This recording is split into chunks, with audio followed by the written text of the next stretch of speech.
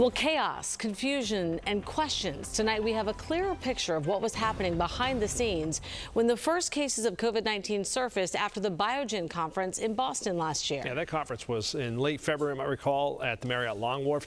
25 investigators placed an open records request for emails related to the conference in March of 2020.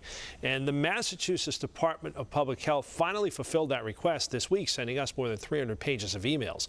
We found a lot of back and forth between Biogen and DPH. On March 8th, Biogen's chief medical officer contacted DPH officials saying there was confusion over what potentially exposed Biogen employees should do. They wrote, quote, "Wanted to send this note your way to alert you to what people are hearing from DPH, that Biogen is making the call on who needs to be screened and tested. This message from MDPH is being very wrongly perceived." It went on. We now have multiple instances of symptomatic people being turned away from testing.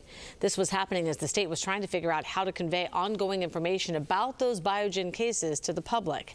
On March 7th, DPH Secretary Mary Lou Sutters emailed her team saying the governor's office is getting bombarded with calls. Put together a press release and get it to me ASAP on the confirmed cases, and put something on it that says starting Monday, the website will include this information.